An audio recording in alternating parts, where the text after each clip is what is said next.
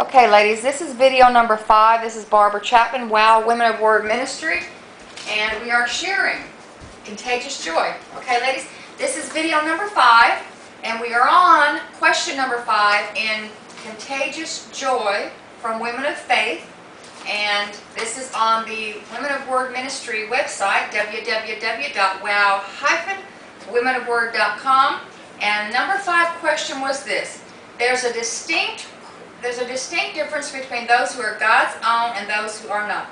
How does Isaiah 65:14 contrast the two? So if you've got your pencil, you need to write down Isaiah 65:14. Isaiah 65:14. And this is what I've got from this. It says, "Behold, my servants shall sing for joy of heart, but ye shall cry for sorrow of heart, and shall howl for vexation of spirit." Now that was King James Version. You know what? I'm going to read that in the NCV. So let's go to Isaiah 65:14 in the NCV version, and let me see what that says. We're still getting some sorrow there, showing that they had sorrow, and we're leading up to some contagious joy in this study. But we haven't got there yet. Jeremiah 65:14. I'm sorry, Isaiah. I'm in Jeremiah. Isaiah 65:14. Praise God, He uses us even though we make mistakes. Isaiah 65:14. I'm going to read this out of the NCV. I like this book. Let's see what it says. It says, "My servants shall shout for joy because of the goodness of their hearts, but you evil people will cry because you will be sad." Okay, that's the deal. Okay, this is saying two different things, right? What was the question? Remember the question, ladies? It says there's a distinct difference between those who are God's own and those who are not. How does Isaiah 65:14 contrast the two? And that's what it says right there. This is the Christian, ladies. It says, the Christian says, "My servants will shout for joy because of the goodness of their hearts." And that's what you and I want. And the people that don't know Jesus or they're lost, it says, "But you evil people will cry because you will be sad." So he's talking the difference between someone that's joyous and saved and sad and lost in this particular verse. Okay. Now I'm going to read, they have another paragraph in here. And I've got a note here because on the 23rd of July, this was last week, because today's the 25th. But one day last week when I got up early in the morning, I was just looking at one of these verses after coming back from my walk. And I read this right here, and it hit home because it was something I used to share with someone in my life at that time. And I was so excited because I shared this with him that morning, not knowing what the day was going to bring.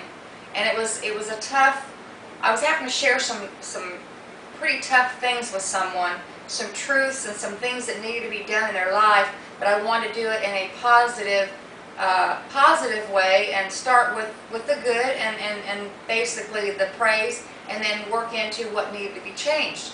And that's not always easy. So anyway, I shared this with him, and then later at the end of that day, I got a call, and this person had just lost their grandmother. And, you know, I feel like that, and you know what, and I was excited because I was not excited that, God forbid, I was not excited that happened. I was honored, is the right word. God forgive me. I was honored that she called me when she didn't know who else to call to share her burden, and I was able to pray with her on the phone, and I was sitting in a restaurant that was busy, and you know what, I'm just so honored to God that I have the freedom and the luxury that I can just bow my head on my phone in a restaurant and not turn everybody else out and just pray for someone that's in need, and knowing that would be a comfort to them and allow me to be a blessing to them, and that God was going to use what I'm going to read to you. Gave it to her early that day, her not knowing that her day was going to be as bumpy as it was at the end of that day. And of course I've still been praying for her all weekend long. But God is our comfort, God is our peace, and God is our joy when we go through the good times and bad times.